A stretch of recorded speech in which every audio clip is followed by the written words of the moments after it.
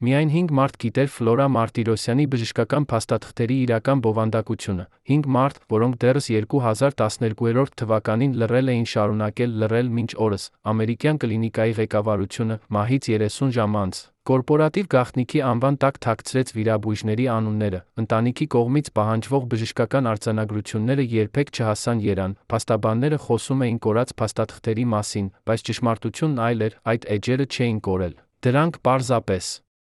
երբեք գոյություն չէին ունեցել պաշտոնական տարբերակում, ով էր շահագրգռված, որ հայ երգչուհու վիրահատության մանրամասները մնային խավարի մեջ, ինչ էին թաքցնում սպիտակ մանյակավոր մարդիկ, եւ ինչու իրենց անունները դարձան արգելված տեղեկատվություն։ 1972 թվականի հուլիսին, երբ 15 տարեկան Ֆլորան առաջին անգամ բարձրացավ Երանի ֆիլհարմոնիայի բեմը, հանդիսատեսը 12 րոպե շարունակ ծափահարեց, դեռահաս աղջիկն անունով էլ դեռ չէր ներկայացվել, ամբողջ դահլիճը արդեն արցունքներ էր հոսում, ձայնը, որ այդպես էլ չպիտի կրկնվեր պատմության մեջ, թափանցիկ, բյուրեղյա, ողորկ միաժամանակ սարսափելի հզոր երիտասարդ կուրծքից, դաստիարակները գրեթե 2 տարի տող մարզումներից հետո ներկայացրել էին իրենց հրաշքը։ Փոքրիկ մայրամուտը արելյան ժողովրդական երաժշտության աշխարհում, Երանի կոնսերվատորիայի պրոֆեսոր Արթուր Աղալովը երդվում էր, նման ձայն վերջին 100 տարում չէր լսվել, փոքրիկ Ֆլորայի համար այս փառքը դարձավ երկաթե վանդակի սկիզբ, որը կճզեր նրան ամբողջ կյանք, միայն մոտ ընտանիքը գիտեր, որ երեխայի նվիրական ձայնը ծննդաբերական խանգարման արդյունք էր, մայրը 19 ժամ տառապել էր ծննդատանը, եւ երբ վերջապես մանկահասակ արձակեց աշխարհ, բժիշկները նրան ասացին, ձեր դուստրը արտակարգ է, բայց արտակարգությունը գնով է։ Ձայնի լարերը ձավորվել էին տարօրինակ, ավելի երկար նուրբ, քան բնականon է, այդ անոմալիան նրան նվիրել էր երգչուհու ճակատագիրը, բայց միաժամանակ ամբողջ կյանքի ցավոտ խոցելիություն, յուրաքանչյուր ժամանակ, երբ 15 տարեկան աղջիկը բարձրանում էր բեմ, ցավը թափանցում էր կուրծքը։ Բայց երեխան սովորեցրել էր ժպտալ այդ ցավի միջով, հայրը Գրիգոր Մարտիրոսյանը չէր հասկանում երաժշտություն, սակայն հասկանում էր փող, երբ նա տեսավ, որ իր անվան փոքրիկ արարածը ֆիլհարմոնիայի տնօրենների հետ պայմանագիր է ստորագրում, ինքը պահանջեց լինել պաշտոնական ներկայացուցիչ, ըստ մոտ շրջապատի վկայությունների 40%-ից 30% էր մտնում Գրիգորի գրպանը, պաշտոնապես կառավարման վարձատրություն, երգչուհու մայրը Արմինե Բաղդասարյանը միայն անզոր հայացքով նայում էր, թե ինչպես է իր ամուսինը վաճառում դստեր ձայնը, աղջկան առաջին համերգից հետո 2 օր հետո, երբ փոքրիկ Ֆլորան կարող էր ընդամենը շշնջալ, լարերը այնքան էին վնասված, հայրը նրան առաջարկեց կատակով աղբյուր ջուր առանց խոսելու խմել։ 15 տարեկան երեխայի համար այդ դասն էր սկսվել, լռության դասը, բայց աշխարհը տեսնում էր միայն փայլը, 1979 թվականներին Ֆլորա Մարտիրոսյանը դարձավ խորհրդային տարածքի ամենաճանաչված ձայն։ Նրա երգերը հնչում էին Թբիլիսիից մինչ Մոսկվա, Բաքվից մինչ Տաշքենտ, տղամարդիկ թողնում էին աշխատանքը միայն լսելու համար 3 րոպե բարձրախոսից հոսող բյուրեղը, կանայք ցանկանում էին լինել նման նրան, վզնուջ, քնքուշ ժպիտով, ահռելի աչքերով, որոնք թվում էր, տեսնում են ավելին, քան բոլորը, սակայն ոչ ոք չէր տեսնում, որ երիտասարդ աստղի աչքերի տակ մշտական մուգ շրջանակներ կային, քնաթոշակից ցավից, 1985 թվականի դեկտեմբերին մոսկովյան Կրեմլի դղյակում տեղի ունեցավ հոբելյանային համերգ։ 38 տարեկան Ֆլորան պետք է կատարեր 12 երգ, անընդմեջ 2 ժամ, շուրջ 2000 հանդիսատես, նախարարներ, բարձրաստիճան դիվանագետներ, կինոարտիստներ, նրա հայրը արդեն մենեջեր Մարտիրոսյան անվամբ ճանաչվող մարդը, բեմի հետում ներքին գրպանում պահում էր 3 անվանական հրավիրատոմս, փորձաշրջանում երիտասարդ դղյակապետներին ծանոթացնելու համար իր արտադրանքին, իր դուստրը նրա համար արտադրանք էր դարձել, 5-րդ երգից հետո Ֆլորայի վզից արյուն սկսեց գալ, անթանակ արյուն, ջերմ թանձր, նա շարունակեց երգել, հանդիսատեսը ոչինչ չնկատեց, կարմիր զգեստը թաքցնում էր արյան կաթիլները, բայց երբ նրա ձայնը սկսեց կտրվել, ոչ թե արվեստավարի, այլ բուժաշխատող պետք էր լինի բեմի մոտ, Ֆլորան ընկավ, հայրը առաջինն էր հասել, ոչ թե օգնելու, այլ գիրկն առած բեմից դուրս տանելու համար, քանի դեռ լույսերը չմարվել էին, հանդիսատեսը, մտածելով, որ սա թատերական էֆեկտ է, նույնիսկ ծափահարեց, 3 ամիս հիվանդանոցային անկողնում, վիրահատություն, որը պետք է վերականգներ ձայնի լարերը, բայց երբ Ֆլորան խոսեց առաջին անգամ վիրահատությունից հետո, ձայնը տարբեր էր, այլս ոչ բյուրեղյա, այլ ճռռացող, թեթակի։ Քերծված բժիշկները նրան պարզաբանեցին, արյունահոսությունը վնասել էր լարերի նուրբ հյուսվածքը, շատ հավանական էր, որ նրա կարիերան ավարտված է, երբ նրա հայրը լսեց այս խոսքերը, նա ճնշեց սեղանի եզրը հեռացավ, առանց դստեր վրա նայելու, այդ գիշեր, Երբ մայրը քույրը քնած էին, Ֆլորան բացեց հիվանդանոցային սենյակի պատուհանը, նստեց եզրին, 76 մետր բարձրություն, նա լացում էր լուռ, արցունքները հոսում էին առանց ձայնի, քանի որ լարերը դեռ չէին կարող դիմանալ նույնիսկ հառաչանքին։ 3 ժամ նստեց այնտեղ։ Մինչ մայրը արթնացավ, ճչալով քաշեց նրան ետ։ Այդ գիշերից սկսած Ֆլորա Մարտիրոսյանը իմացավ, լռությունը ցավից ավելի ծանր է, բայց 5 ամիս անց տեղի ունեցավ հրաշք, ավելի ճիշտ, փաստաթուղթը, որը կոչվեց հրաշք, կոնսերվատորիայի դեկանը Վարուժան Սահակյանը ներկայացրեց Ֆլորային նոր բժշկական կոնսիլիումին Լենինգրադում, այնտեղ գերմանացի վիրաբույժը, արդեն հոգնած կիսաթոշակ դոկտոր Շմիդտը, ասաց, ձայնի լարերը վերականգնելի են, բայց աղջիկը պետք է սովորի նոր տեխնիկա, նա չբացատրեց, թե ինչ է դա նշանակում։ 6 ամիս։ Մարզում Լենինգրադում 12 ժամ օրական, առանց արձակուրդի, առանց տոնադարձի, երբ Ֆլորան վերադարձավ երան, նրա ձայնը փոխված էր, այլս ոչ բյուրեղյա, այլ խորը, ավելի արական, ավելի լիակատար։ 1986 թվականի առաջին համերգում հանդիսատեսը լռություն պահեց 10 վայրկյան, նա ավարտեց երգը, այնուհետ դահլիճը պայթեց ծափահարություններից, քննադատները գրեցին Ֆլորան ավելի լավ է, քան Ֆլորան, սակայն քիչերը գիտեին։ Նրա նոր ձայնը գնված էր 5 տարի ավելի քիչ ապրելու գնով, լարերը վնասված էին ավելի խորը, քան գիտեին բժիշկները։ 5 տարի անց, 1991 թվականին, նորից արյունահոսություն, այս անգամ անկարգ էր անսպասելի, Ֆլորան գտնվում էր տանը, մենակ, երբ նա զգաց ջերմությունը կոկորդում։ Նա հասցրեց զանգահարել մոր, միայն շշնջալով մամա, երբ շտապօգնությունը ժամանեց, մահճակալի վրա արդեն արյան լողափ էր, բժիշկներից մեկը, երիտասարդ պրակտիկանտ Մխիթար Ղազարյանը, հետագայում ասաց, ես երբեք չէի տեսել այդքան արյուն մարդկային կոկորդից։ Ֆլորան փրկվեց, բայց այս անգամ նրան ասացին, երգելը կմահացնի նրան։ Այդ գիշեր, հիվանդանոցային անկողնում, նրան այցելեց մարդ, ում անունը երբեք չհրապարակվեց, երկու բուժքույրերը տեսան նրան, ավելի քան 50 տարեկան, մուգ բաճկոնով, մազերը բարակ, աչքերը սառը։ Նա խոսեց Ֆլորայի հետ 30 րոպե, երբ դուրս եկավ, երգչուհին լաց էր լինում, հետագայում Ֆլորան երբեք չխոսեց այդ մասին, բայց 1 ամիս հետո նա ստորագրեց պայմանագիր Ամերիկա թուրով մեկնելու համար, ով էր այդ մարդը, ինչու ու է նրա ազդեցությունը եղել այդքան հզոր, և ինչու նրա անունը բացակայում էր բոլոր արխիվներից։ 1991 թվականին, ընտանիքի հետ Ամերիկա տեղափոխվելուց հետո, Ֆլորան առաջին անգամ բարձրացավ բեմ Նյու Յորքում, նրա պաշտոնական մենեջերը այլս հայրը չէր, այլ մի որոշ Ջորջ Կարապետյանը, արտագաղթած հայ, որը ստորագրել էր պայմանագիր 5 տարի ժամկետով, պայմանագրի պայմաններով Ֆլորան չէր կարող հրաժարվել համերգից, նույնիսկ առողջական հիմքով, առանց վճարելու տուգանք, $2 միլիոն, $2 միլիոն գումար, որը Ֆլորան երբեք չէր ունեցել։ Կարապետյանը խոստացել էր դարձնել նրան աշխարհահռչակ, նա դարձավ աշխարհահռչակ, բայց միաժամանակ կախված, յուրաքանչյուր 3 ամիսը մեկ նա ստիպված էր այցելել հատուկ կլինիկա Լոս Անջելեսում, ստանալու նրա լարերի համար նախատեսված ներարկումներ։ Կլինիկայի անվանումը Արելյան ուժ բժշկական կենտրոն, որը լեցուն էր խորհրդանշական իմաստով, այնտեղ նրա լարերին արվում էին արհեստական պատվաստումներ, նյութ, որը հեշտացնում էր ձայնի արտադրությունը, բայց միաժամանակ թուլացնում լարերի դիմադրությունը։ Ֆլորան սկսեց կախում դառնալ այդ ներարկումներից ֆիզիկապես մտավոր, կլինիկայի հիմնադիրը, դոկտոր Արամ Բարսեղյանը, գերազանց գիտեր Ֆլորայի իրական վիճակը, ըստ հետագա վկայությունների, նա գիտակցում էր, որ յուրաքանչյուր ներարկում կարող էր կրճատել երգչուհու կյանքը։ Նա գիտեր, որ այդ նյութը արգելված էր օգտագործել երկարաժամկետ, բայց նա նույնպես գիտեր, որ Կարապետյանի ընկերությունը վճարում էր նրան տարեկան $50,000 միայն լռության համար, երբ հետագայում Բարսեղյանին հարցրեցին, ինչու նա դա արեց, նա պարզապես պատասխանեց. ես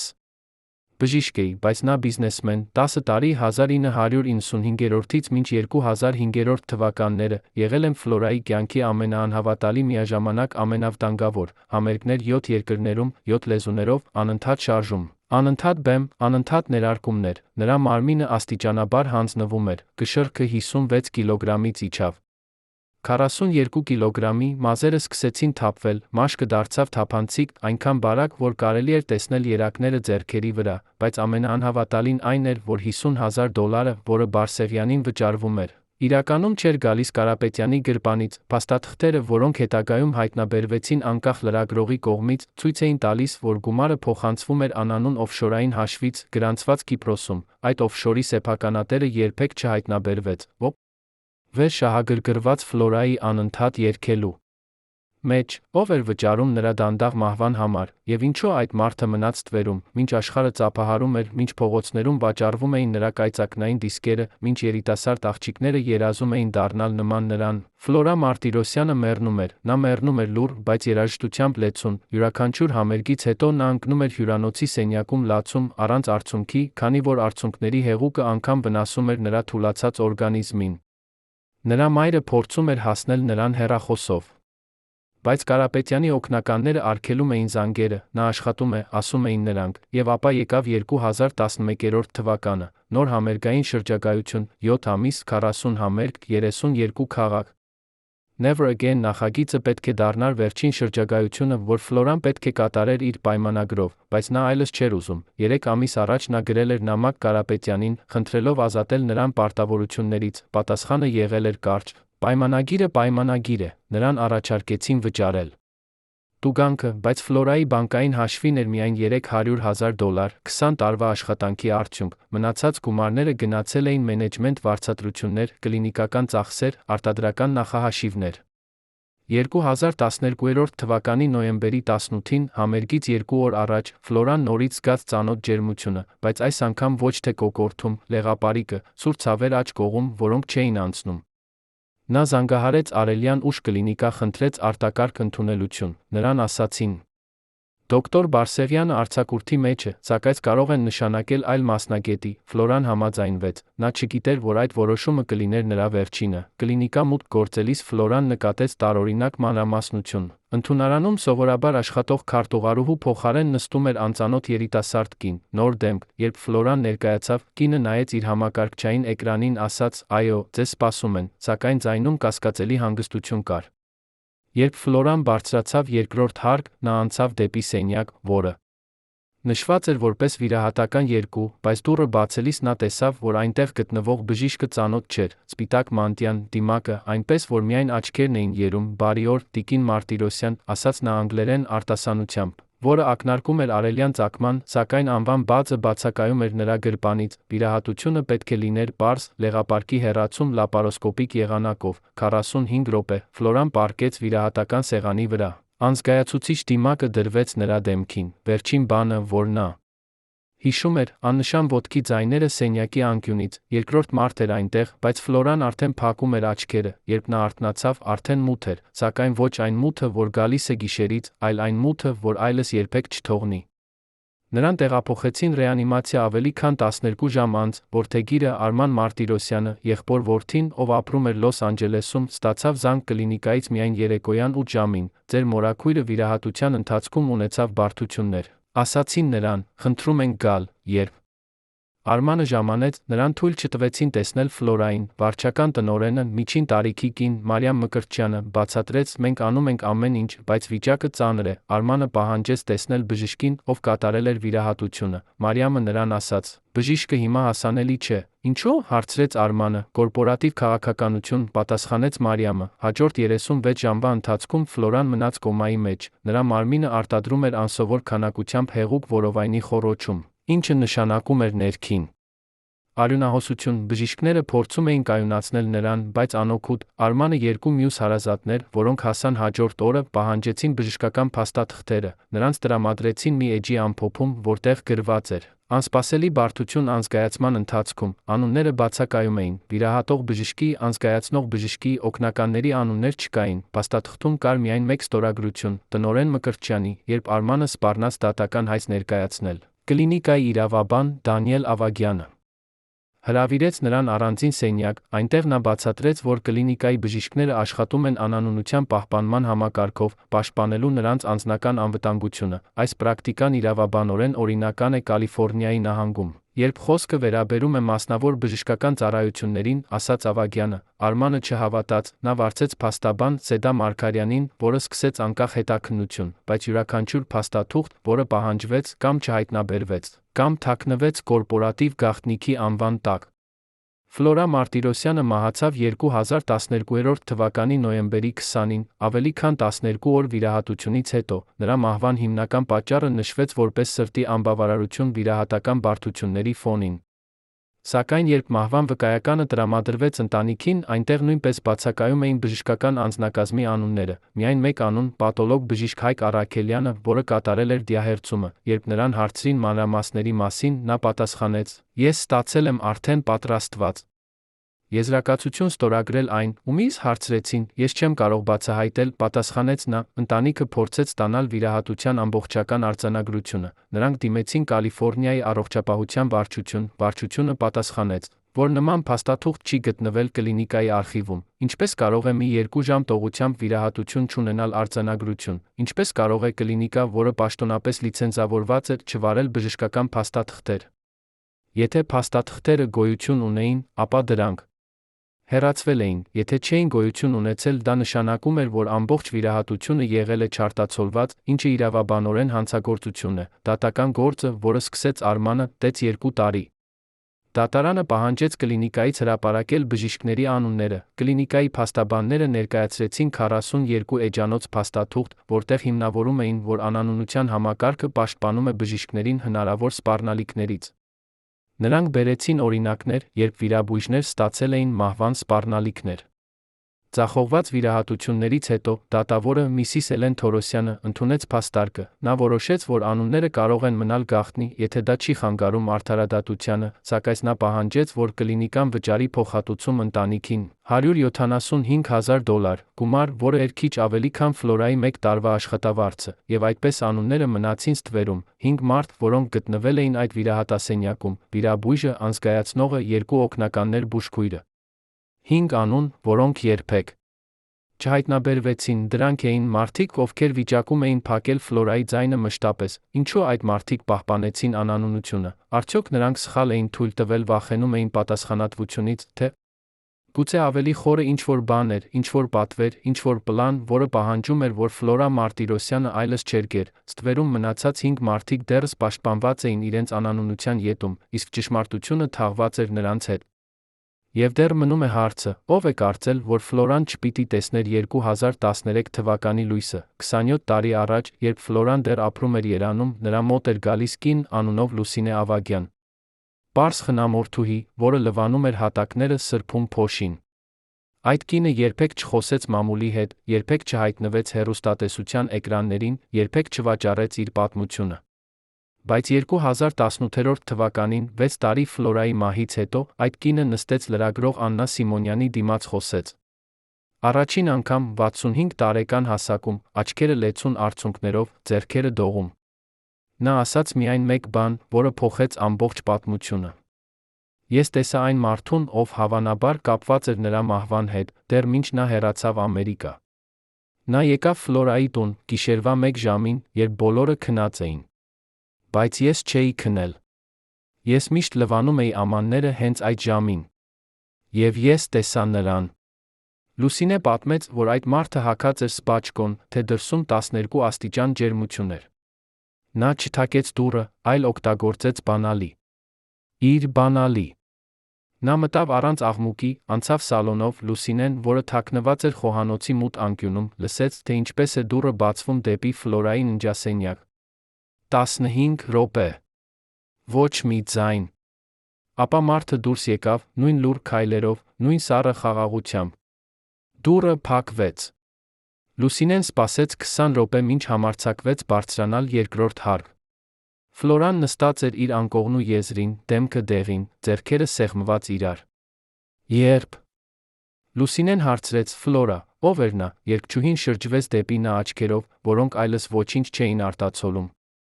Ոչ ոք, պատասխանեց նա։ Նա ոչ ոք է։ 3 շաբաթ անց Ֆլորան ստորագրեց ամերիկյան թուրի պայմանագիրը։ Լուսինեն երբեք այլս չտեսավ այդ մարդուն, բայց նա երդվում էր, եթե տեսներ, անպայման կճանաչեր։ Աչքերը։ Այդ աչքերը, ասում էր նա, չէին տարիքի, չէին մարդկային։ Լրագրող Սիմոնյանը փորձեց հայտնաբերել դրա հետքերը։ Նա դիմեց Երանի ոստիկանությանը, բայց 1991 թվականի արխիվները էին թերի կամ կորած։ Նա դիմեց Ամերիկայի ՖԲՐ, բայց առանց կոնկրետ անունի կամ քրեական գործի, նրանք չէին կարող օգնել։ Ուստի Սիմոնյանը դարձավ անկախ հետաքննող։ 2 տարի, 2018-ից մինչ 2020։ Նա հարցազրույց վերցրեց 54 մարդուց, Ֆլորայի նախկին հարաններ, գործընկերներ, ընկերներ, հեռավոր ազգականներ։ Եվ յուրաքանչյուր երկրորդ մարդը ասում էր նույն բանը. այո, մենք նկատել ենք փոփոխություն նրա մեջ 1991 թվականի վերջին, բայց մենք չգիտեինք ինչու։ Մեկը հիշում էր, որ Ֆլորան դադարել էր ժպտալ։ Մեկ ուրիշը ասում էր, որ նա սկսել էր ծխել, թե ամբողջ կյանքը նզովել էր ծխախոտը։ Երրորդը վկայում էր, որ Ֆլորան լուսանկարվել էր վերջին անգամ 1990 թվականի դեկտեմբերին, ծննդյան օրը, իսկ հաջորդ ծննդյան օրը մերժել էր նույնիսկ տորթը։ Փոփոխությունը տեղի էր ունեցել։ Բայց ո՞մ հրահանգով։ Ինչու Լուսինե Ավագյանը լռեց 26 տարի։ Ինչ նրան ստիպեց բացել բերանը միայն Ֆլորայի մահից 6 տարի անց։ Եվ ինչու այդ խոստովանությունը, որը կարող էր բացահայտել հանցագործություն, երբեք չհասավ դատարան։ Լոս Անջելեսում կար շենք, որի մասին Ֆլորա Մարտիրոսյանը երբեք չխոսեց հանրությանը։ Շենք համար 142 Սանսետ բուլվարդում, երկու հարկանի սպիտակ կառույց, որի մուտքի վրա ոչ մի տախտակ, ոչ մի անուն։ Երույթորեն դա էր հասարակ բնակելի շենք։ Բայց հարանները, ովքեր ապրում էին մոտակայքում 5 տարի շարունակ, երբեք չտեսան ոչ մի ընտանիք այնտեղ մտնելիս։ Միայն տղամարդիկ կոստյումներով, միշտ միայն ուշ երեկոյան, միշտ մուգ ավտոմեքենաներով։ Կար մի կին, անունով Սիլվիա Քիրակոսյան, ով ապրում էր դիմացի տան 5-րդ հարկում։ 2002 թվականի ապրիլին նա նկատեց, որ ուշ գիշերը 3 ժամ անց կեսգիշերից սպիտակ շենքի երկրորդ հարկի լույսերը վառվում էին հավաքական, 1-1, նույն կարգով, ճիշտ 7 րոպեում։ Նա սկսեց գրել։ Յուրաքանչյուր գիշեր նա գրում էր, թե քանի ավտոմեքենա է կանգնում, ինչ ժամին, քանի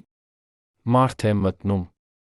6 ամսում Սիլվիան հավաքեց տվյալներ, որոնք սառեցնում էին արյունը։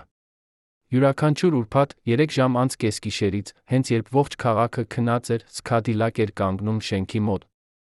Միշտ նույնը, համարանիշը Լաս Վեգաս, նույն վարորդը, հաստ մարդ 40-ի տարիներում, նույն ուղորները 3 հոգի, 2-ը տղամարդ, 1-ը կին։ Կինը միշտ ծածկված էր մեծ շապիկով, բայց Սիլվիան ուշադրություն դարձրեց, որ նրա քայլվածքը խլացող էր։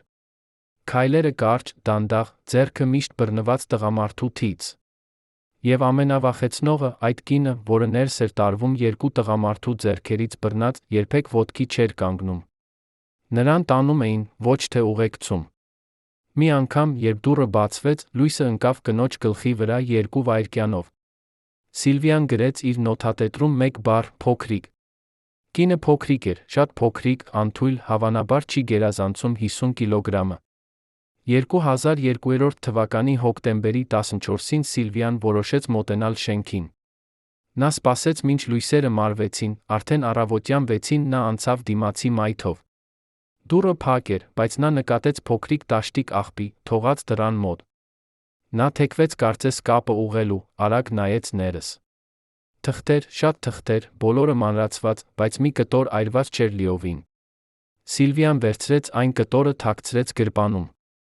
Տանը նա փորձեց կարդալ, մեծ մասը ածուխ էր, բայց 2 բառ էր տեսանելի՝ Medical Supplies, 1 անուն՝ Mart։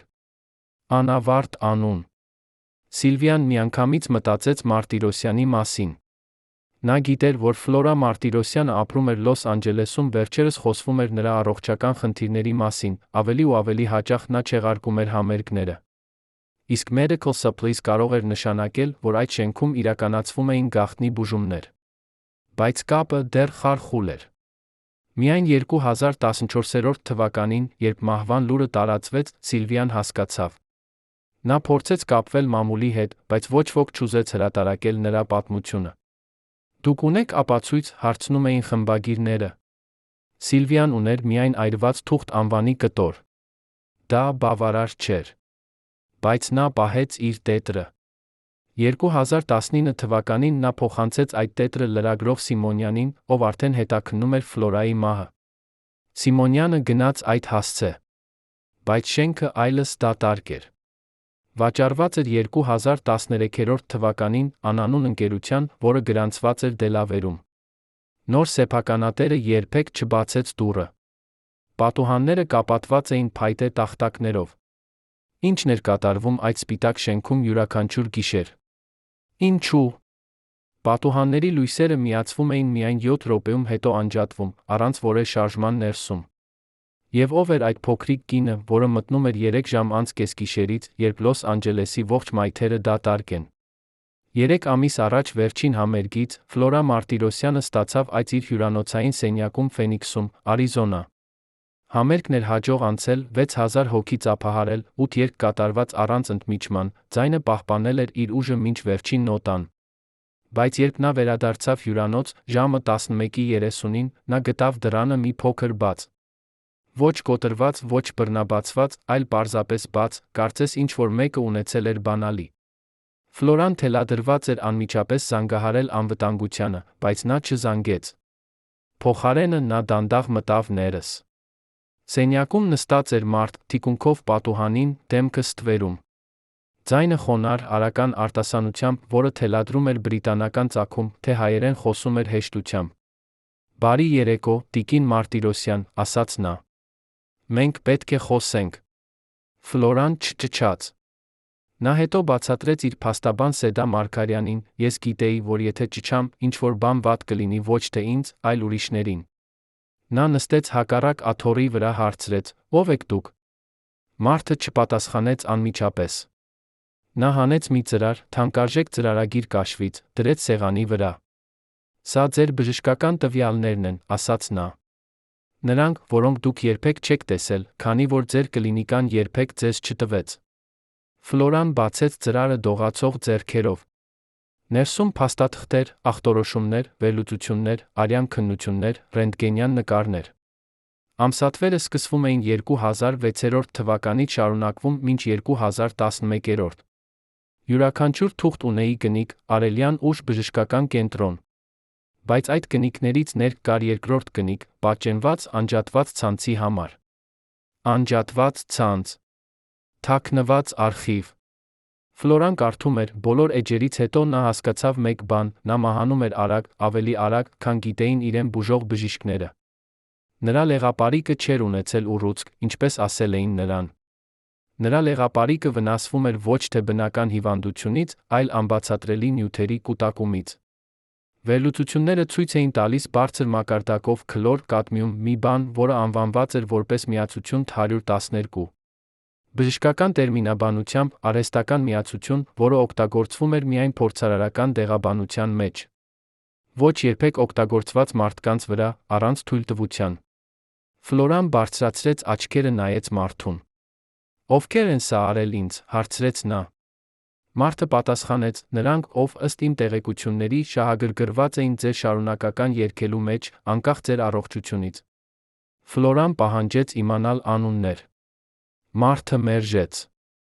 «Եթե ես ասեմ անունները, դուք կմահանաք ավելի արագ, քան ես կարող եմ ապահովել ձեր պաշտպանությունը», ասաց նա։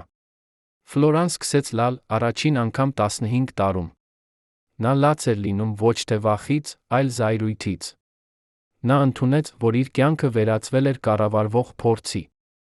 Մարդը սպասեց, մինչ նա հանգստացավ, ապա ասաց. «Ես կարող եմ ձեզ օգնել դուրս գալ։ Բայց դուք պետք է լքեք սա բոլորը, համերգները, կլինիկան, մենեջերին։ Դուք պետք է անհետանաք»։ Ֆլորան հարցրեց. «Ինչու՞ դուք օգնում եք ինձ»։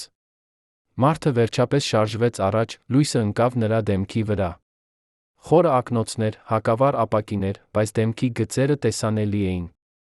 Հայտնի դեմք։ Ֆլորան նրան ճանաչեց 1990 թվականից, քաղաքական ակտիվիստ, ով խոսել էր Երանում հեղափոխության մասին։ Անվանը Դավիթ Սիմոնյան։ Նա համարվում էր մահացած 2002 թվականին, ավտովթարից։ «Ես մեռած եմ թղթերի վրա», ասաց Սիմոնյանը։ «Բայց ոչ իրականում։ Եվ դուք էլ պետք է դառնաք»։ Ֆլորան չհավատաց։ Նա ասաց. «Ես չեմ կարող անհետանալ, ինձ որոնելու են, իմ ընտանիքը կանհանգստանա»։ Սիմոնյանը պատասխանեց. «Ձեր ընտանիքը համաձայնություն կտա, եթե իմանա, որ դուք ապահով եք»։ Երրորդ տարբերակ չկար։ Ֆլորան հասկացավ, որ եթե նա շարունակի գտնվել նույն համակարգում, նրա մահը անխուսափելի է, ոչ թե բնական, այլ պլանավորված։ Նա հարցրեց. «Ինչպես դուք կազմակերպեք սա»։ Սիմոնյանը ժպտաց առաջին անգամ, տխուր, հոգնած ժպիտ։ «Ես ունեմ մարդիկ, որոնք կարող են ստեղծել փաստաթղթեր։ Բայց դուք պետք է սպասեք ճիշտ պահին»։ Բայց ճիշտ պահը երբեք չեկավ։ 3 ամիս անց Ֆլորան հայտնվեց վիրահատասենյակում։ Սիմոնյանը խոստացել էր տեղափոխել նրան 1 ամսում, բայց նախքան դա Ֆլորան ստացավ արտակարգ զանգ իր մենեջերից, պահանջելով նա անմիջապես մտնի կլինիկա լեղապարկի ախտորոշման համար։ Ֆլորան փորձեց հրաժարվել, բայց պայմանագրի պայմաններով մերժումը նշանակում էր տուգանք դատական հայց։ Նա զանգահարեց Սիմոնյանին, բայց հեռախոսը անջատ էր։ Նա գրեց նամակ, բայց պատասխան չստացավ։ Եվ երբ նա մտավ կլինիկա, նա արդեն գիտեր, որ դա գործուղում է անվերադարձ։ 2012 թվականի հունիսի 21-ին, ժամը 8:30-ին առավոտյան, Ֆլորա Մարտիրոսյանը մտավ վիրահատասենյակ։ Անեսթեզիոլոգը, անունով Ռոբերտ Սթերլինգ, կալիֆոռնիական լիցենզիայով, 34 տարեկան, առանց քրեական անցյալի, թղթերի վրա։ Բայց Սիլվիա Քիրակոսյանը, ով հետագայում ուսումնասիրեց բժշկական արխիվները, գտավ 1 տարօրինակություն։ Սթերլինգը աշխատել էր այդ կլինիկայում միայն 6 ամիս։ Նախքան դա, նա աշխատել էր 3 տարբեր հիվանդանոցներում 2 տարվա ընթացքում։ Յուրաքանչյուր աշխատանքից նա հեռացել էր անձնական պատճառներով։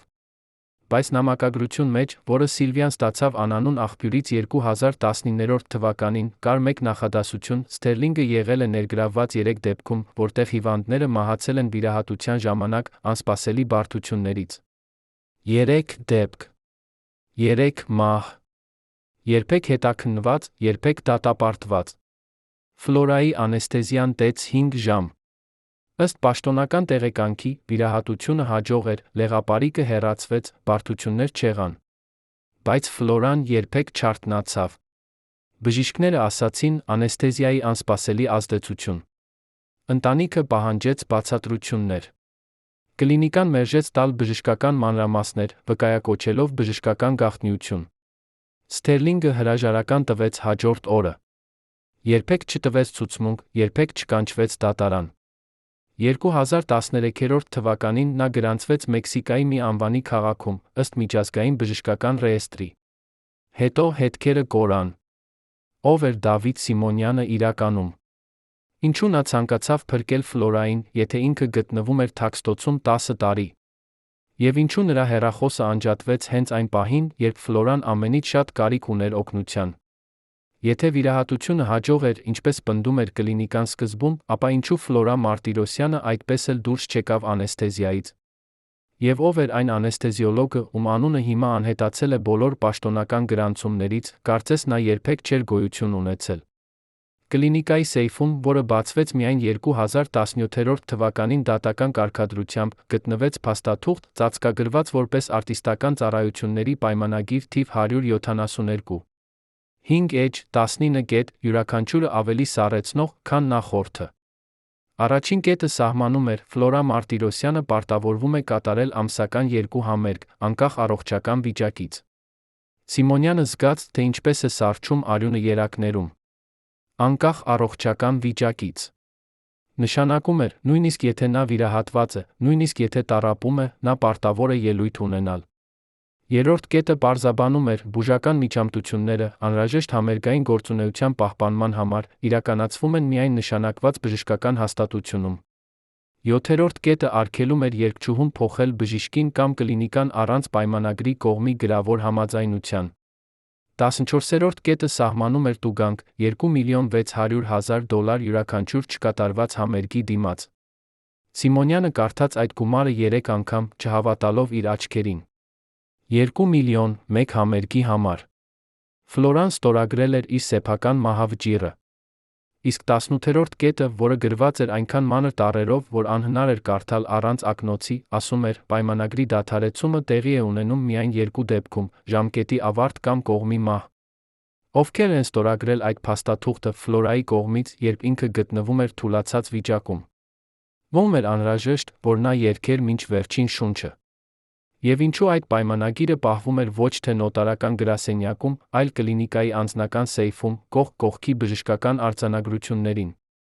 Այդ փաստաթուղթը հայտնաբերեց անկախ լրագրող Աննա Սիմոնյանը, երբ նա ստացավ թույլտվություն ուսումնասիրել Արելյան ուժ բժշկական կենտրոնի արխիվները 5 տարի դատական պայքարից հետո։ Նա նկարեց այդ 5 էջերը իր հեռախոսով, ընդամենը 3 րոպեում, քանի որ կլինիկայի փաստաբանը սպասում էր դռան մոտ ժամացույցով ձեռքին։ Երբ Սիմոնյանը հրապարակեց դրանք 2018 թվականի մարտին, պայմանագրի ստորագրող մենեջեր Ջորջ Կարապետյանը արդեն մեռած էր 2 տարի։ Պաշտոնապես, սրտի կաթված։ Բայց Սիմոնյանը գտավ մի տարօրինակություն։ Կարապետյանը մահացել էր 2015 թվականի օգոստոսի 33-ին, հենց 3 օր անց Ֆլորայի ընտանիքը ներկայացրել էր նոր դատական հայց, պահանջելով հրապարակել վիրահատության բոլոր մասնակիցների անունները։ Կարապետյանը հայտնաբերվեց իր տան լողավազանում, արդեն անշունչ։ Ոստիկանությունը եզրակացրեց ինքնաբուխ սրտամկան։ Բայց բժշկական քննիչ Ռոբերտ Խաչատրյանը, ով կատարել էր դիահերձումը, հետագայում անանուն հարցազրույցում ասաց. «Ես տեսա նշան ներարկման վզի աջ կողմում, բայց ինձ ասացին չառանձնացնել դա հաշվետվությունում»։ Ո՞վ էր տվել այդ հրահանգը։ Եվ ինչու մարդը, ով վերահսկում էր Ֆլորայի պայմանագիրը, մահացավ հենց այն պահին, երբ նրա անունը սկսեց հայտնվել դատական փաստաթղթերում։ Կարապետյանի տան փնտրտուքի ժամանակ, որը տեղի ունեցավ ոստիկանության կողմից, գտնվեց դատարկ սեյֆ։ Ամբողջովին դատարկ։ Ոչ փող, ոչ փաստաթղթեր, ոչ զարդեր։ Նրա որբայրին Մարիամ Թովմասյանը, ով ապրում էր նույն տանը երկրորդ հարկում, ասաց ոստիկաններին, Ջորջը երբեք չէր թողնում սեյֆը դատարկ, նա պահում էր այնտեղ լիզինգի պայմանագրերը, բանկային հաշիվների փաստաթղթերը։ Բայց երբ նրան հարցրին, երբ եք տեսել սեյֆը բացված վերջին անգամ, նա պատասխանեց 3 ամիս առաջ, երբ Ջորջը ցույց էր տալիս ինձ իր կտակը։ 3 ամիս, հենց այն ժամանակահատվածը, երբ Ֆլորայի ընտանիքի փաստաբանները սկսել էին պահանջել փաստաթղթեր։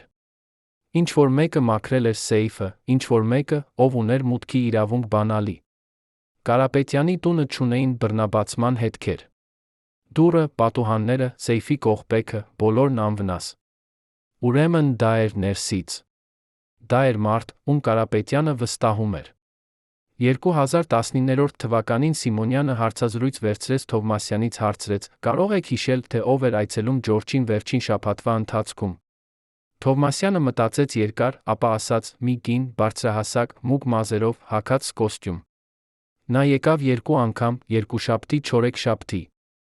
Մնաց յուրաքանչյուր անգամ մոտ 30 րոպե։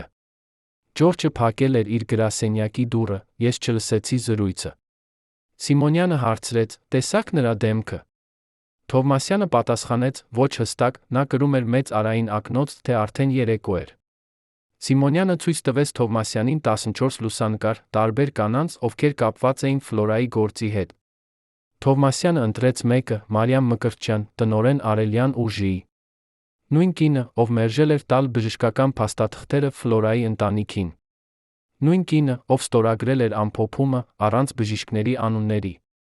Սիմոնյանը փորձեց հարցազրույց վերցնել Մկրտչյանից, բայց կինը մերժեց։ Նա ուղարկեց գրավոր պատասխան իր փաստաբանի միջոցով. «Ես չունեմ որևէ տեղեկություն մենեջեր Կարապետյանի մասին, քանի որ մեր հարաբերությունները սահմանափակվում էին բացառապես մասնագիտական տիրույթով»։ Բայց Սիմոնյանը չհանձնվեց։ Նա գտավ փողոցային տեսախցիկի տեսագրություններ Կարապետյանի տան մոտակայքից։ Օգոստոսի 31-ին տեսագրությունը, ճիշտ երեկոյան 8 ժամին, ցույց էր տալիս ՍԲՄՕ-ի, որը մտնում էր Կարապետյանի տան բակ։ Մեքենայի համարանիշը գրանցված էր Արելյան ուժ բժշկական կենտրոնի անվամբ։ Վարորդը՝ կին, մուգ մազեր, բարձրահասակ։ Նույն նկարագրությունը, որը տվեց Թովմասյանը։ Մեքենան դուրս եկավ 25 րոպե անց։ Հաջորդ օրը, սեպտեմբերի 1-ին, Կարապետյանը գտնվեց մեռած։ Արդյոք Մկրտչյանը եղել է վերջին անձը, ով տեսել է նրան կենդանի։ Եվ ինչ էր տեղի ունեցել այդ 35 րոպեում։ Աննա Սիմոնյանը հրապարակեց այս տեսագրությունները 2019 թվականի մայիսին։ Պետական դատախազությունը բացեց նոր քննություն Կարապետյանի մահվան շուրջ։ Բայց 1 ամիս անց քննությունը փակվեց, բավարար ապացույցների բացակայության պատճառով։ Պաշտոնական բացատրությունը, տեսագրությունը հաստատում է միայն այցը, ոչ թե հանցագործություն։ Մկրտչյանը տվեց գրավոր հայտարարություն. «Ես այցելել եմ Տեր Կարապետյանին քննարկելու համատեղ բժշկական ծրագիր, զրույցը տել է 20 րոպե, երբ ես հեռացա, նա կենդանի առողջ էր»։ Ոստիկանությունը ընդունեց այդ տարբերակը։ Գործը փակվեց։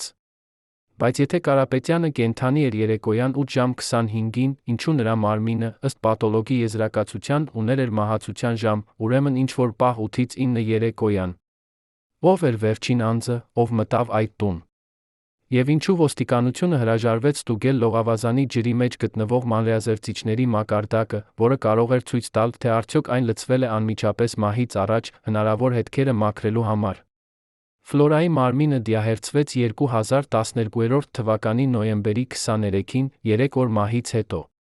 Ընտանիքը պահանջել էր անկախ բժշկական քննություն, բայց կլինիկան պնդել էր, որ պետական օրենքներով դիահերձումը պետք է կատարվեր լիցենզավորված մասնագետի կողմից, ում նշանակում էր հենց կլինիկան։ Դիահերձումը կատարեց պաթոլոգ Հայկ Առաքելյանը, 62 տարեկան, 28 տարի փորձ ունեցող մասնագետ, որը աշխատել էր 5 տարբեր հիվանդանոցներում, ուներ անբասիր հեղինակություն։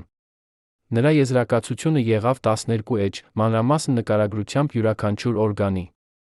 Եզրահանգումը մահը տեղի է ունեցել սրտի անբավարարության հետանքով, որը առաջացել է անզգայացման ընթացքում առաջացած բարդությունից հետվիրահատական ինֆեկցիայից։ Պարզ, բժշկական, թերս նույնիսկ ճիշտ։ Բայց երբ Սիմոնյանը 2017 թվականին հարցազրույց վերցրեց Առաքելյանից, արդեն թոշակի մեջ գտնվող տարեց մարդը, նա ասաց մի բան, որը փոխեց ամեն ինչ։ Ես ստացել եմ մարմինը արդեն լվացված, ասաց Առաքելյանը։ Երբ ես մտա մորգ, Ֆլորա Մարտիրոսյանի մարմինը արդեն սպիտակ էր, անոթները լվացված, մազերը սանրված։ Սա թերս բնականon է հանգուցյալների տան համար, բայց ոչ բժշկական դիահերձման համար։ Ես չէի կարող վերցնել մաշկի նմուշներ արտաքին նյութերի վերլուծության համար, քանի որ մաշկը արդեն ենթարկված էր մաքրման։ Սիմոնյանը հարցրեց. ով է լվացել մարմինը։ Առաքելյանը պատասխանեց. ես չգիտեմ։ Երբ ես հարցրի կլինիկայի անձնակազմին, նրանք ասացին, դա ստանդարտ պրոցեդուրա է։ Բայց ես տասնյակ տարի եմ կատարել դիահերձումներ, երբեք չեմ ստացել նման պատրաստված մարմին։ Սիմոնյանը պահանջեց տեսնել կլինիկայի ներքին կանոնակարգերը։ Կլինիկան մերժեց տրամադրել։ Փաստաբաններ ներգրավելով, նա պարտադրեց կլինիկային ներկայացնել մաքրման պրոցեդուրաների ձեռնարկը։ Փաստաթուղթը, որը տրվեց 6 ամիս հետո, նշում էր, մարմինների մաքրումը կատարվում է միայն ընտանիքի պահանջով։ Բայց Ֆլորայի ընտանիքը երբեք չէր պահանջել մարմինը լվանալ։ Առաքելյանը շարունակեց իր խոստովանությունը։ Ես նկատել եմ մեկ ուրիշ բան, Ֆլորայի վզի աջ կողմում կար փոքրիկ կետ, մոտ երակին, որը նման էր ներարկման հետքի։ Բայց այդ հետքը չէր համապատասխանում վիրահատության ընթացքում դրված կաթետերի տեղադրությանը, որը նշված էր բժշկական քարտում։ Ես խնդրեցի լրացուցիչ քննություն, բայց կլինիկայի ներկայացուցիչը, Տիկին Մկրտչյանը, ասաց, որ ընտանիքը հրաժարվել է լրացուցիչ ծախսերից։ Սիմոնյանը անմիջապես կապվեց Ֆլորայի որդեգիր Արմանի հետ, հարցրեց. արդյոք դուք հրաժարվել եք լրացուցիչ քննություններից։ Արմանը պատասխանեց բացարձակ ժխտմամբ. ես պահանջել էի բոլոր հնարավոր քննությունները, ես պատրաստ էի վճարել ցանկացած գումար։ Ուրեմն Մկրտչյանը սուտ էր ասել։ Նա խանգարել էր լրացուցիչ քննությանը։ Ինչու՞։ Ինչ կարող էր բացահայտվել այդ վզի նշանում։ Եվ ինչու կլինիկան շտապել էր լվանալ մարմինը, մինչ դիահերձումը։ Առաքելյանը տարածեց ավելի մեկ փաստ, որը Սիմոնյանը հրապարակեց միայն 2019 թվականին։ Երբ ես բացեցի Ֆլորայի որովայնը, ես տեսա անսովոր քանակությամբ հեղուկ, մոտավորապես 2 լիտր։ Այդ հեղուկը դեղնավուն գույնի ուներ մի քիչ արյան խառնուրդ։ Սա կարող էր լինել ներքին արյունահոսություն, բայց արյունը չէր մակարդված, ինչը տարօրինակ էր, հաշվի առնելով, որ մահից անցել էր արդեն 3 օր։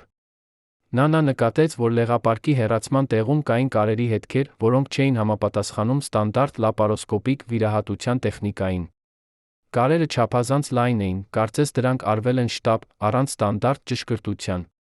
Բայց երբ Առաքելյանը փորձեց ներառել այս դիտարկումները իր եզրակացության մեջ, նրան կանչեցին կլինիկայի ղեկավարը, Արամ Բարսեղյանը։ Բարսեղյանը ասաց նրան. դոկտոր Առաքելյան, դուք հանգուցյալի ընտանիքին պատճառելու եք անհարկի տառապանք, տեխնիկական մանրամասներով, որոնք չեն փոխում մահվան պատճառը։ Առաքելյանը հրաժարվեց ջնջել այդ մանրամասնությունները։ Հաջորդ օրը նրան տեղափոխեցին մեկ այլ վիճակ, պաշտոնապես կազմակերպչական վերակառուցման շրջանակներում։ Նա այլևս երբեք չտեսավ իր եզրակացության վերջնական տարբերակը, որը տրվեց ընտանիքին։ Տարբերակը, որը հասավ Արմանի ձեռքը, չէր պարունակում որևէ նշում վիճահարույց կարերի կամ անբացատրելի հեղուկի մասին։ Ո՞վ էր խմբագրել Առաքելյանի եզրակացությունը։ Ո՞վ էր հանել այն մանրամասնությունները, որոնք կարող էին ցույց տալ, որ վիրահատությունը եղել է ոչ ստանդարտ։ Եվ ինչու Բարսեղյանը, որը երբեք չէր մասնակցել դիահերձումներին, հանկարծ ներգրավվեց սահմանեց, թե ինչ կարելի է գրել, ինչ ոչ։ Առաքելյանը, հիմա արդեն 71 տարեկան, ասաց Սիմոնյանին իր վերջին խոսքերը, ես գիտեի, որ ինչ-որ բան սխալ էր։ Բայց ես էլ գիտեի, որ եթե շատ խորանամ, ես էլ կհայտնվեմ վտանգի մեջ։ Ես ընտանիք ուներ, թոռներ։ Ես ընտրեցի լռությունը։ Բայց հիմա, երբ ես մոտ եմ վերջին օրերիս, ես ուզում եմ, որ ճշմարտությունը հայտնի դառնա։ Կլինիկայի ղեկավար Արամ Բարսեղյանը հեռացավ Ամերիկայից 2014 թվականի ապրիլին, հենց 3 ամիս անց Ֆլորայի ընտանիքը բարձրացրեց դատական հայցը։ Պաշտոնական տարբերակը, անձնական պատճառներ, առողջական խնդիրներ։ Նա տեղափոխվեց Հայաստան, բացեց փոքրիկ մասնավոր կլինիկա Երանում, Աբովյան փողոցում։ Կլինիկան կոչվում էր Բարսեղյան բժշկական կենտրոն, մասնագիտացած էր բնական թերապիաներով։ Հիվանդների քիչ էին, բայց Բարսեղյանը ապրում էր ապարդյուն կյանքով, թանկարժեք մեքենա, տուն Նորքի էլիտար թաղամասում, հանգստյան ուղղություններ Եվրոպա։ Ուստեղից էր գումարը։ Սիմոնյանը փորձեց պարզել Բարսեղյանի եկամուտները։ Պաշտոնապես նրա կլինիկան հայտարարում էր տարեկան եկամուտ, ընդամենը 15 միլիոն դրամ։ Բայց նրա բանկային հաշիվները, որոնք Սիմոնյանը ստացավ անանուն աղբյուրից, ցույց էին տալիս անբացատրելի փոխանցումներ, յուրաքանչյուր 3 ամիսը մեկ, ճիշտ 20,000 եվրո մուտք գործող օֆշորային հաշվից, որը գրանցված էր Լիխտենշտայնում։ Սիմոնյանը գտավ այդ օֆշորի անունը՝ Արելյան բժշկական ներդրումներ ԼԼԿ։ Ընկերությունը գրանցված էր 2006 թվականին, հենց այն տարին, երբ Ֆլորան սկսեց իր ամերիկյան թուրը։ Սեփականատերերը թաքնված էին փաստաբանական կառույցների ետում, բայց մեկ փաստաթուղթ, որը հայտնվեց հրապարակայնության մեջ 2020 թվականին, ցույց էր տալիս 3 անուն՝ Արամ Բարսեղյան, Ջորջ Կարապետյան, 1/3 անուն՝ Դավիթ Վարդանյան։ Վարդանյանը անծանոթ էր։ Սիմոնյանը սկսեց փնտրել։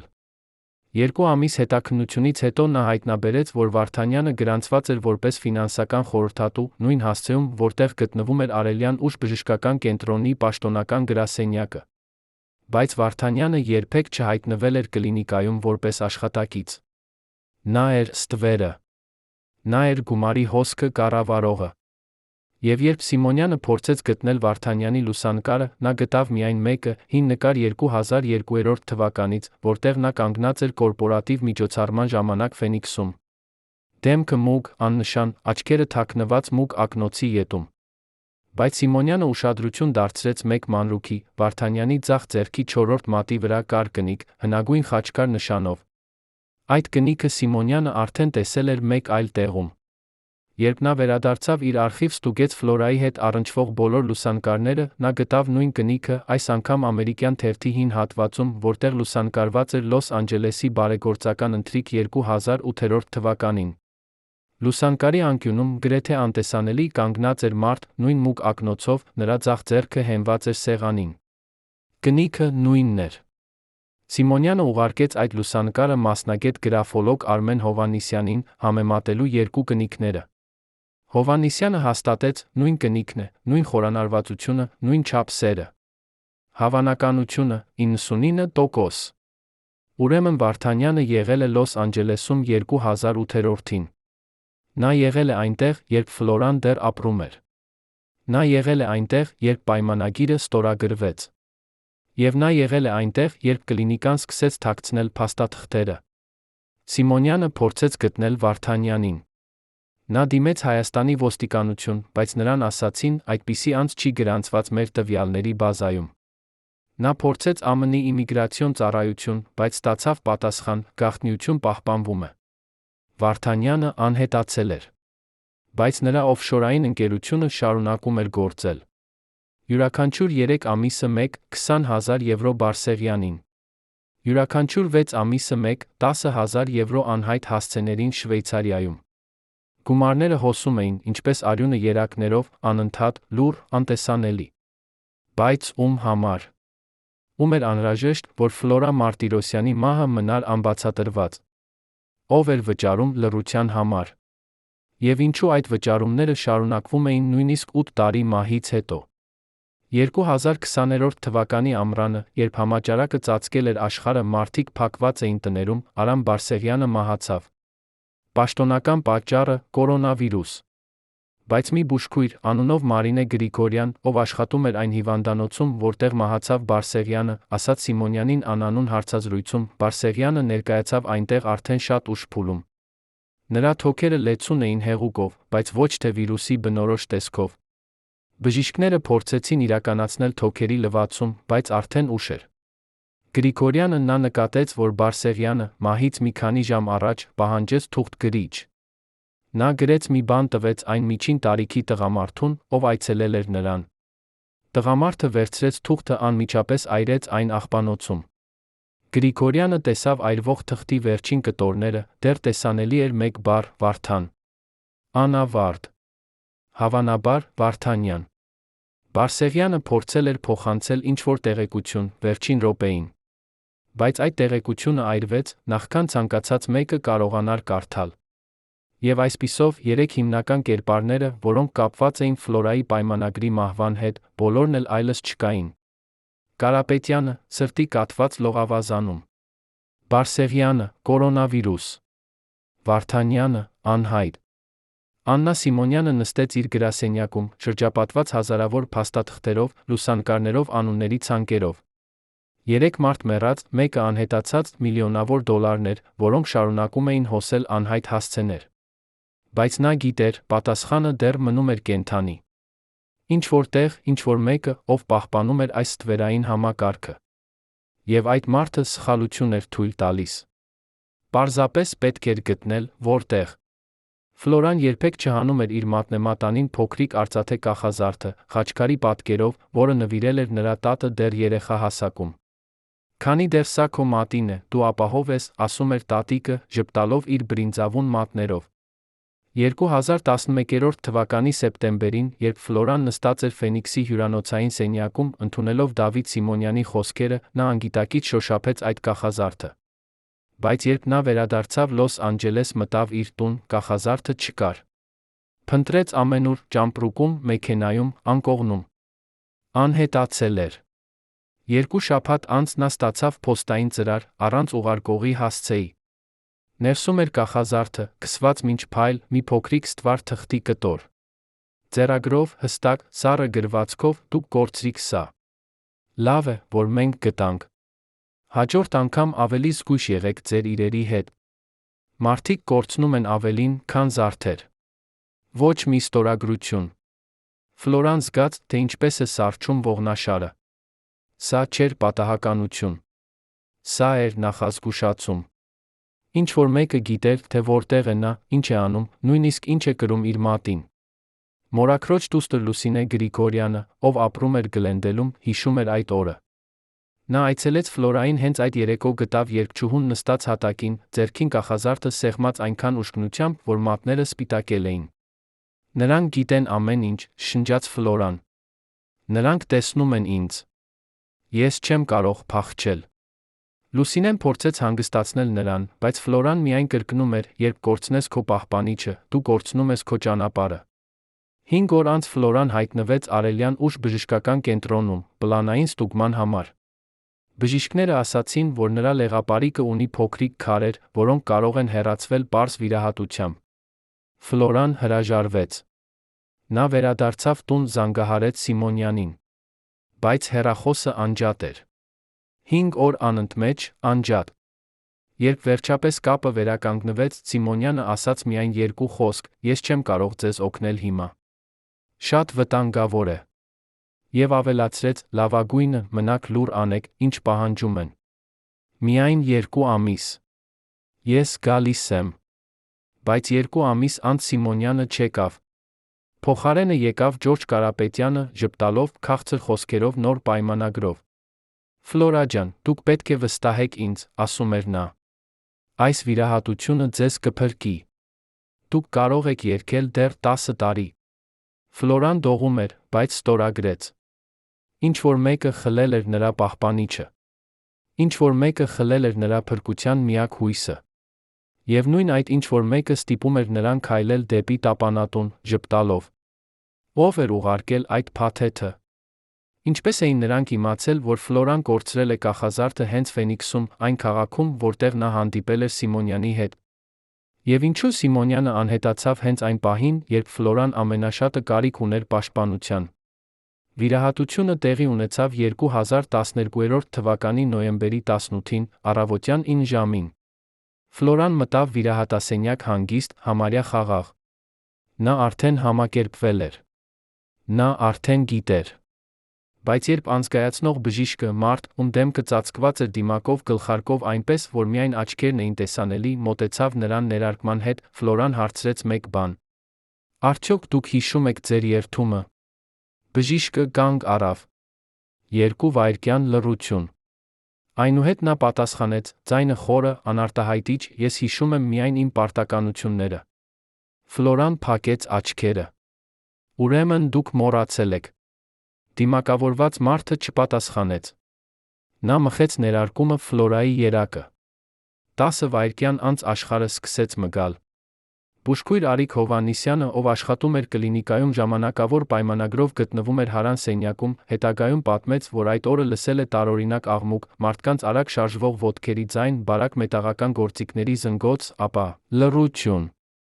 Շատ երկար լռություն։ Սովորաբար լապարոսկոպիկ վիրահատությունները շնչառական սարքի հաստատուն շնչառությունը արձագանքում էին դռների միջով։ Բայց այս անգամ ոչինչ։ Արիկը մոտեցավ դռանը, փորձեց լսել։ Բայց դուռը այնքան հաստ էր, որ միայն աղմկի ներգծագրությունը հասկանալի էր։ 5 ժամ անց, երբ վիրահատասենյակի դուռը բացվեց, դուրս եկան 3 մարդ, բոլորը դիմակավորված, բոլորը լուռ։ Ըստ Արիկի հիշողության, նրանցից մեկը տանում էր փոքրիկ սառնարան, կապույտ մարկավորված տուփ, որը սովորաբար օգտագործվում էր օրգանների պահպանման համար։ Արիկը հարցրեց. «Ինչպես անցավ վիրահատությունը»։ Երկրորդ մարդը, ով ավելի բարձրահասակ էր, պատասխանեց. «Բարդություններ»։ Եվ նրանք անցան հեռու։ Արիկը հետագայում 2019 թվականին, երբ նա արդեն աշխատում էր այլ հիվանդանոցում, ազատ էր խոսել, պատմեց Սիմոնյանին. «Ես երբեք չեմ տեսել օրգանների սառնարան լապարոսկոպիկ վիրահատությունից հետո»։ Լեղապարիկը հեռացվում է փոքրիկ տորբայում, անմիջապես հանձնվում է պաթոլոգիական լաբորատորիա։ Բայց այդ օրը նրանք տարան ամբողջական սառնարան։ Կարծես ինչ-որ բան ավելին էր հեռացվել։ Երբ Սիմոնյանը հարցրեց. «Տեսա՞ք բժիշկների դեմքերը», Արիկը մերժող պատասխանեց. «Բայց ես տեսա մի բան, ամենաբարձրահասակ մարդու ձախ ձեռքի վրա կար հնագույն կնիկ։ Խաչքար էր փորագրված։ Ես հիշեցի, քանի որ իմ հայրը ուներ նման կնիկ, ընտանեկան ժառանգություն։ Ըստ Արիկի հավաստիացումների, այդ կնիքը նման էր նրան, ինչ կարող էր պատկանել Դավիթ Վարդանյանին։ Բայց վկան երբեք չկարողացավ հաստատել դա վստահորեն։ Ինչու էր անհրաժեշտ սառնարան հեռացված լեղապարկի համար։ Ինչ էին պահպանում այնտեղ։ Եվ ում էին փոխանցում այդ սառնարանը։ Հարցեր, որոնց պատասխանները երբեք պաշտոնապես չեն հայտնաբերվել։ Վիրահատությունից 4 ժամ անց Ֆլորա Մարտիրոսյանը դեռ չէր արթնացել։ Անզգայացումը, որը պետք է տեր 2 ժամ, արդեն 6 ժամ էր, նրա աչքերը մնում էին փակ։ Բժիշկները սկսեցին տագնապել։ Նրանք կատարեցին արյան քննություն, գտան բարձր մակարդակով 1 նյութ պրոպոֆոլ։ Բայց պրոպոֆոլը սովորաբար դուրս է մղվում մարմնից 2 ժամում։ Ինչու այն դեռ հայտնաբերվում էր 6 ժամ անց, դա մնաց առեղծված։ Անզգայացնող բժիշկը, ով իրականացրել էր անեսթեզիան, արդեն հեռացել էր կլինիկայից։ Նրա փոխարեն հերթապահ բժիշկ Սամվել Ղազարյանը փորձեց կայունացնել Ֆլորային։ Նա տեսավ, որ նրա շնչառությունը թույլ է, սիրտը դանդաղ է զարկում, ջերմաստիճանը ընկնում է։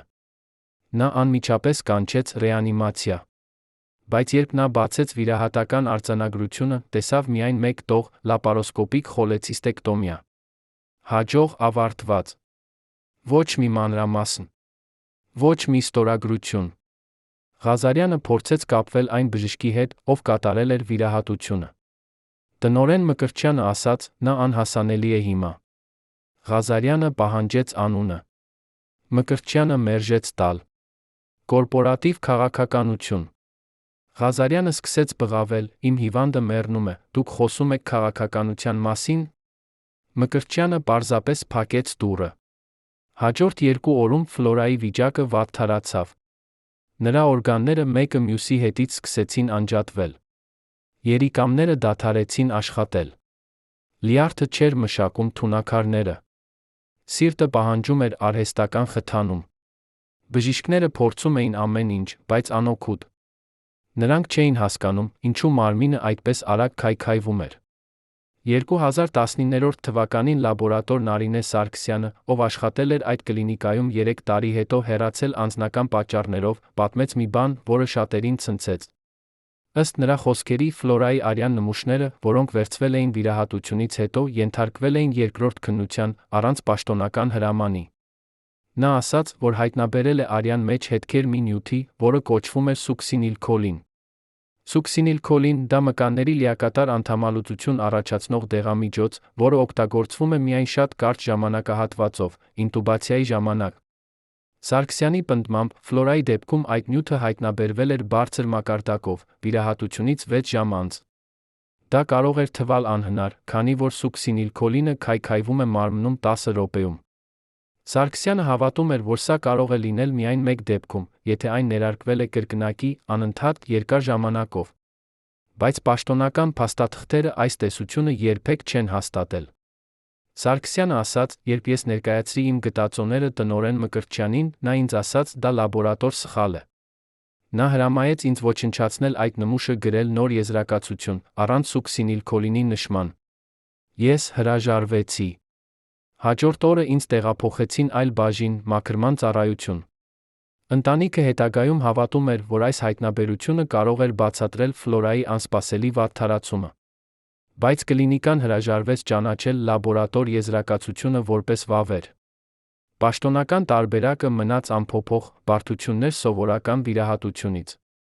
Աննա Սիմոնյանը, ով հավաքել էր արդեն հարյուրավոր փաստաթղթեր, նստեց իր գրասենյակում, տեսավ պատկերը։ Պայմանագիրը, որը ստիպում էր Ֆլորային երգել մինչ մահ։ Կախազարդը, որը հափշտակվել էր, որպես նախազգուշացում։ Սիմոնյանը, ով անհետացավ հենց ճիշտ պահին։ Վարդանյանը, ում անունը հայտնվում էր տարբեր վկայությունների մեջ։ Սառնարանը, որը տարվեց անհայտ վայր։ Սուքսինիլքոլինը, որի գտնվելը մարմնում մնաց անպատասխան հարց։ Եվ Մկրտչյանը, ով ամեն բան թաքցնում էր, փաստաթղթերից մինչ ճշմարտություն։ Սիմոնյանը սկսեց կասկածել, դա չէր բժշկական սխալ։ Նրա տեսակետով, դա կարող էր լինել ավելին։ Ավելի խորը պատմություն, որը սկսվել էր ոչ թե վիրահատասենյակում, այլ շատ առաջ, երբ Ֆլորան ստորագրեց իր առաջին պայմանագիրը։ Երբ նա դարձավ ապրանք։ Երբ նրա ձայնը դարձավ ինչ-որ մեկի կապիտալ։ Եվ երբ նա փորձեց ազատվել, հնարավոր է, որ ինչ-որ մեկը որոշեց նրան դադարեցնել։ Բայց սա մնաց Սիմոնյանի անձնական տեսություն, առանց վերջնական ապացույցների։ Ֆլորա Մարտիրոսյանը մահացավ 2012 թվականի նոյեմբերի 20-ին, երեկոյան 5 ժամ 22 րոպեին։ Նրա սիրտը դադարեց զարկել 12 օր անդադար պայքարից հետո։ Հարազատները գտնվում էին սենյակում, որդեգիր Արմանը, մորաքույրը, քրոջ 2 զավակները։ Նրանք տեսան վերջին շունչը։ Նրանք տեսան վերջին սրտի զարկը մոնիտորում։ Բայց նրանք երբեք չկարողացան հասկանալ, ինչու այս ամենը տեղի ունեցավ։ Մահից 36 ժամ անց 2012 թվականի նոյեմբերի 22-ին կլինիկայի պաշտոնական ներկայացուցիչը հրապարակեց հայտարարություն։ Մենք խորը ցավով հայտարարում ենք Ֆլորա Մարտիրոսյանի մահվան մասին վիրահատական բարդություններից հետո։ Մենք արել ենք ամեն ինչ հնարավորը նրան փրկելու համար, բայց նրա օրգանիզմը չդիմացավ։ Մեր խորագույն ցավակցությունները ընտանիքին։ Բայց այդ հայտարարության մեջ բացակայում էին անունները։ Բացակայում էր պատասխանատվությունը։ Բացակայում էր ճշմարտությունը։ 2 օր անց կլինիկան փակեց Ֆլորայի բժշկական գործը, դասակարգեց այն որպես ամբողջական փակված։ Ընտանիքը պահանջեց բացել։ Կլինիկան մերժեց։ Սկսվեց դատական պայքար, որը տեց 2 տարի ավարտվեց փոխհատուցմամբ, առանց ճանաչել մեղքը։ Ջորջ Կարապետյանը մահացավ 2015 թվականին, սրտի կաթվածից, հենց երբ դատական գործը մոտենում էր իր գագաթնակետին։ Արամ Բարսեղյանը մահացավ 2020 թվականին, կորոնավիրուսից, երբ նոր քննություն էր սկսվում։ Դավիթ Վարդանյանը անհետացավ առանց հետքի, նրա անունը ոչնչացվեց բոլոր գրանցումներից։ Մարիամ Մկրտչյանը դեռ ապրում է Լոս Անջելեսում, այժմ կենսաթոշակառու, լուռ, մերժում է ցանկացած հարցազրույց։ Եվ օֆշորային հաշիվը, որը 14 տարի շարունակ փոխանցում էր գումարներ Բարսեղյանին անհայտ հասցեներին, փակվեց 2021 թվականին, առանց բացատրության։ Գումարները, ընդհանուր առմամբ 3.600.000 եվրո, հանվեցին մեկ գործարքով փոխանցվեցին մի այլ օֆշորային ընկերության, որի սեփականատերը դեռ անհայտ է։ Ֆլորա Մարտիրոսյանի ձայնը մարեց։ Բայց նրա պատմությունը շարունակում է խոսել։ Խոսել այն մարդկանց մասին, ովքեր դարձրին արվեստագետին ապրանք։ Խոսել այն համակարգի մասին, որը սկզբից սպանում է երազանքները, հետո մարմինները։ Խոսել այն լռության մասին, որը պահպանվում է գումարով, սպառնալիքներով։ 2022 թվականին, 10 տարի Ֆլորայի մահից հետո, Աննա Սիմոնյանը հրապարակեց ամբողջական հետաքննության արդյունքները։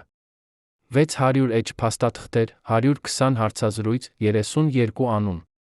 Դատախազությունը բացեց քննություն։ Բայց 2 ամիս անց գործը փակվեց, հիմնական վկաների բացակայության պատճառով։ Բոլոր հիմնական վկաները մեռած էին կամ անհետացած։ Սիմոնյանը չհանձնվեց։ Նա շարունակեց փնտրել Վարդանյանին։ Նա դիմեց միջազգային հետախուզական գործակալություններին, մասնավոր հետաքննիչներին, նույնիսկ նախկին ԿԳԲ սպաներին։ Բայց Վարդանյանը կարծես չէր գոյություն ունեցել։ Նրա անունը չկար ոչ մի պաշտոնական փաստաթղթում մինչ 2006 թվականը։ Եվ դրանից հետո նա հանկարծ հայտնվել էր, որպես ֆինանսական խորհրդատու, մասնակից օֆշորային ընկերությունների, ապա նորից անհետացել։ Մի մարդ, ով գիտեր բոլոր գաղտնիքները։ Մի մարդ, ով կարող էր փակել ամբողջ շղթան։ Մի մարդ, ով պահպանված է ստվերների մեջ, պաշտպանված անանունությամբ, գումարով, վախով։ Բարեկամներ, ասեք ձեր կարծիքը, Ֆլորա Մարտիրոսյանը եղել է համակարգի զոհ, թե՞ ինքը մեղավոր է իր ճակատագրի համար։ Արդյոք նա կարող էր խուսափել այս վերջից, եթե հրաժարվեր փառքից, գումարից։ Թե՞ համակարգը նրան ընտրել էր դեռ երեխա հասակից երբեք չէր թողնելու ազատ։ Գրեք ձեր կարծիքը մեկնաբանություններում, մենք ուզում ենք իմանալ, հիշում են նրան ձեր քաղաքում։ Սեղմեք հավանել ճշմարտության համար, բաժանորդագրվեք, որպեսզի չբաց թողնեք նոր բացահայտումները։ Մենք շարունակում ենք պայքարը նրանց համար, ովքեր այլս չեն կարող խոսել։